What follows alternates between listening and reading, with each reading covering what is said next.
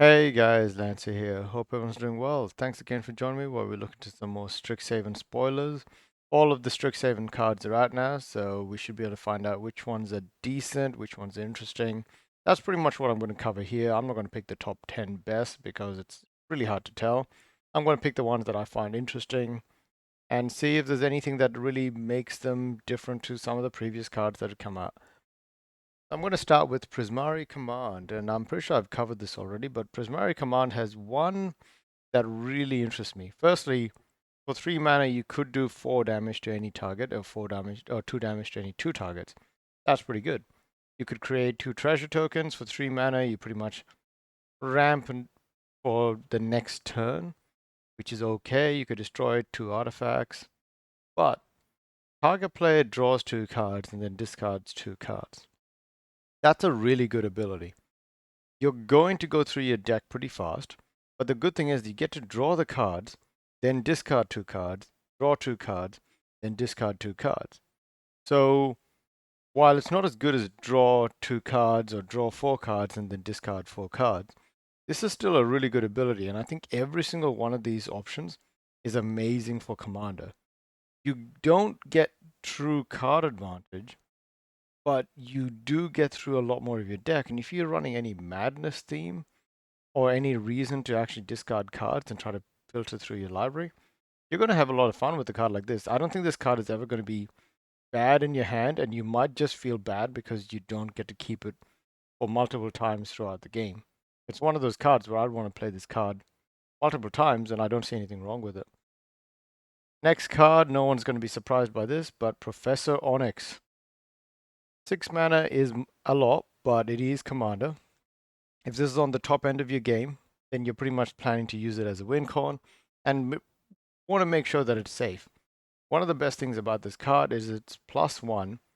It's probably one of the best outside of Jace, the Mind Sculptor, for filtering through your deck. I understand that Jace is 4, Professor Onyx is 6. They both got a double black, double blue in their mana cost. But I just feel like that's a really, really powerful ability to dig through the top 3 of your library and find the best one. You're pretty much taking 3 turns every turn once this card is in the field. Like, that's what it feels like to me. And her Magecraft ability, because obviously Strixhaven is very heavily faded to instants and sorcery spells, just feels completely broken.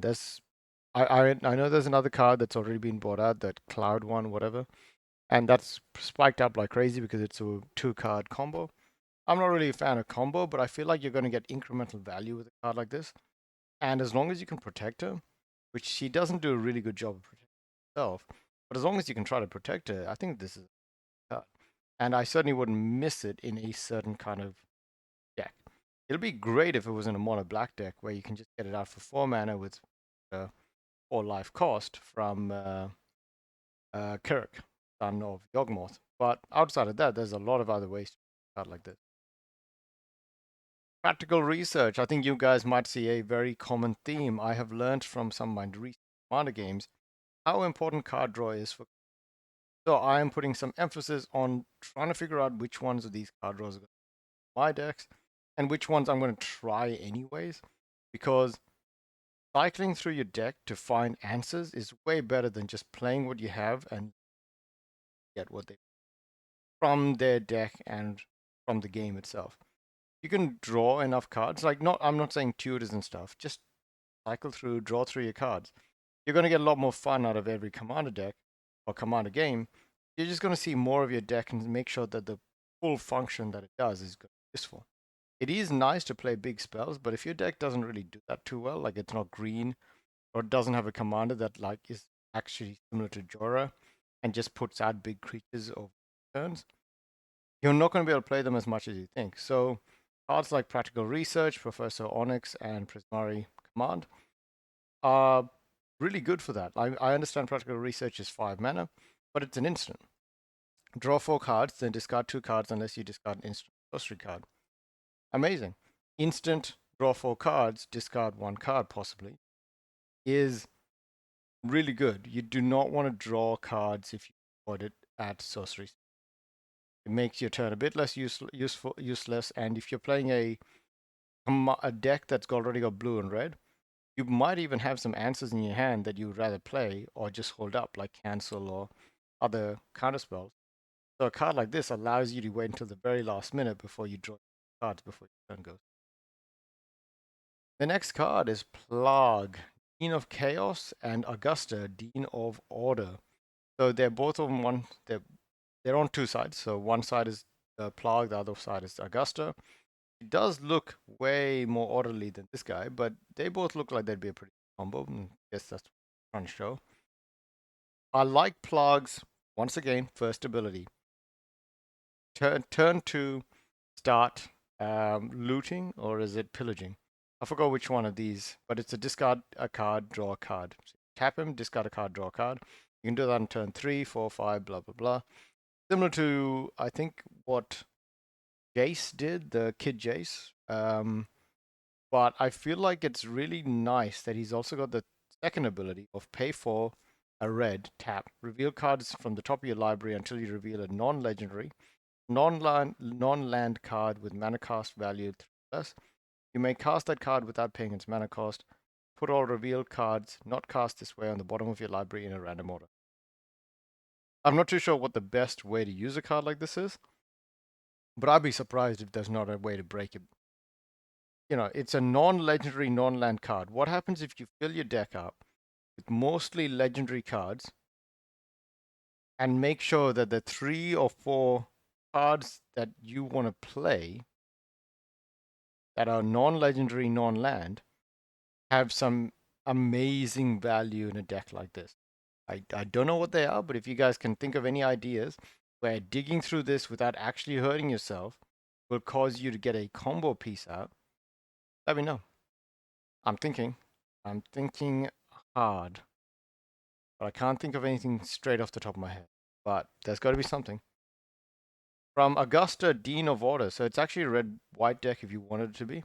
Augusta, Dean of Order, 2 colorless, 1 white for legendary cleric. Other tapped creatures you control get +1/+0. Other untapped creatures you get control get +0/+1. Whenever you attack, untap each creature you control, and tap any number of creatures you.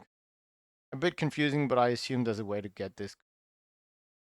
Next, Mortality Spear, 2 colorless, 1 black, 1 green for an instant.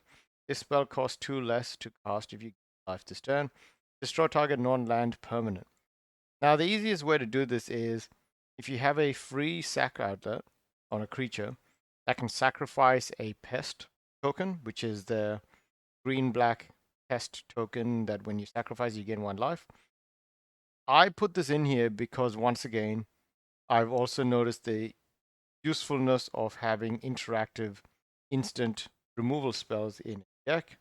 A spell like this, which is destroy target non-land permanent, allows you to get a lot of things, and with the benefit of if you got some kind of life gain in this deck, which the pest tokens give you, then maybe you can get this off for 2 mana, and it is way more open than some of the more broken cards out there. More broken removal cards out there. Destroy target non-land permanent for 1 green, 1 black is amazing at instant speed. Next, Belladross Weatherbloom. 5 colorless, 1 green, 1 black for a legendary Elder Dragon. Flying 4/4. At the beginning of each upkeep, create a 1/1 black and green pest creature token with, when this creature dies, you gain life. Pay 10 life, untap all lands you control, activate this ability. Turn. So, once this guy is out, you can start dropping some really big creatures, but you need to depend on your life total. But again, at the beginning of each upkeep, create a 1/1 black green pest token. If you have him as the commander, I'm guessing that you'd have a lot of doubling token abilities. This guy is pretty powerful. I don't think that he has no protection really, so it's going to be hard to keep him on the board. But I feel like he's powerful, but we'll have to see how powerful he actually is. I do like almost anything that says at the beginning of each upkeep something, because that will be far more useful in a commander deck than something that. Now, I put this guy in here because not only is he one of a pretty buff squirrel, it is the only squirrel I can find in this, but I am hoping that they give out more squirrel. I like the squirrel decks, or like the idea of a squirrel deck. I haven't actually gotten enough cards for the deck yet. And I'm pretty sure most of those Squirrel deck cards have gotten up pretty crazily after their showing. So I'm hoping that they reprint some of those, but we'll have to see. But Squirrel Colony is a creature squirrel, well, 1 green, 1 colorless for 2/2. Squirrel Colony gets +2/+2 as long as you control 8 or more lands. Nice, simple. Not that amazing, but it's a squirrel. Eureka Moment is 2 colorless, 1 green, 1 blue. Instant. Draw 2 cards. You may put a land from your hand on the battlefield. Once again, it feels like green-blue is just trying to be broken. It's not as good as the 2 mana one, but it works alongside it. So it doesn't have to be as good. If you have that one, then this one is just as good in the deck as well. It's draw 2 cards, which is amazing, and then you may put a land from the battlefield from your hand onto the battlefield. Drawing 2 cards means there's a higher chance that you'll actually hit the lands. And with a card like this, I actually think that it's better than it looks because of the fact that even at 4 mana, you're going to have use for those lands. So I think this is still fine. Like, it's not 5, it's not 6 mana. I think this is still a really good card. Last 2. Miele, Crafty Companion, 1 colorless, 2 white, for a legendary creature, Fox, 3. Whenever an opponent attacks 1 or more planeswalkers you control, put a loyalty counter on each planeswalker you control. Whenever a permanent you control becomes the target of a spell or ability an opponent controls, you may draw a card. That second ability, that's amazing. I don't know how. I'm trying to think of how often that happens in Commander games. It probably happens about 2 or 3 times. So you might want to have this guy out pretty early. It also would be this fox. I think when this fox gets targeted by a spell ability, you could draw a card and then the effect happens. On the other side is Luca, Wayward Wander, 4 colorless, 2 red for a 5/5 legendary planeswalker. Luca. +1, you may discard a card. If you do, draw a card. If a creature card was discarded this way, draw 2 cards instead. Really good. -2, return target creature card from your graveyard to the battlefield. Gains haste, exile at the beginning of the next upkeep. Your next upkeep. Not this one. Oh, wait. Your next upkeep. Yeah. That's the full turn around the table. Get it back to you. -7, you get an emblem. Whenever a creature enters the battlefield under your control, it deals damage equal to its power to enter your target. That's not as good, but you can get to it pretty easily with 2+1s. I think that this is a very good and very powerful combo. Early on, you'll probably have Miele out, and then later on, you might get Luca out, and then go back to Miele, depending on what you're playing. This is a really good combination. I like it. And the last one, and probably one of the more broken ones, Galezet Prismari. 2 colorless, 1 blue, 1 red for legendary creature Elder Dragon. Flying. It's a 3/4, so 4 mana for a flying 3/4. Pretty good. It's okay. When Galazeth enters the battlefield, create a treasure token. Okay, that's pretty good. So 3 mana for a flying 3/4 sounds even better. And artifacts you control have add 1 mana of any tap, add 1 mana of any color. Spend this mana only to cast an instant or sorcery spell. So that treasure token that you just created when it comes into play can now start being tapped for your instant or sorcery spell. You pretty much created a ramp spell.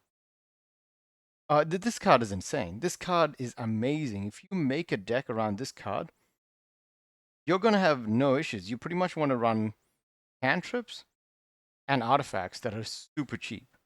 That can cantrip as well.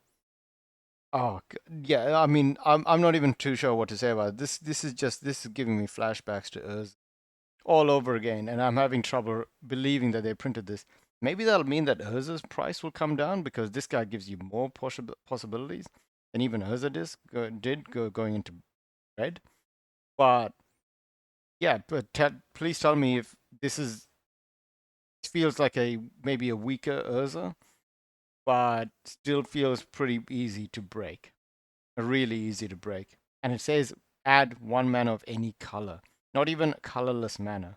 Just any color. So amazing card. I think this is probably the one that I'm really, really looking forward to. I'm not too sure what I want to do with it, but if it goes up to the same price as Urza, then out of my reach again. But we'll have to see what the prices are for all of these cards. Anyways, guys, thanks for watching and have a good one. Talk to you guys later. Yeah.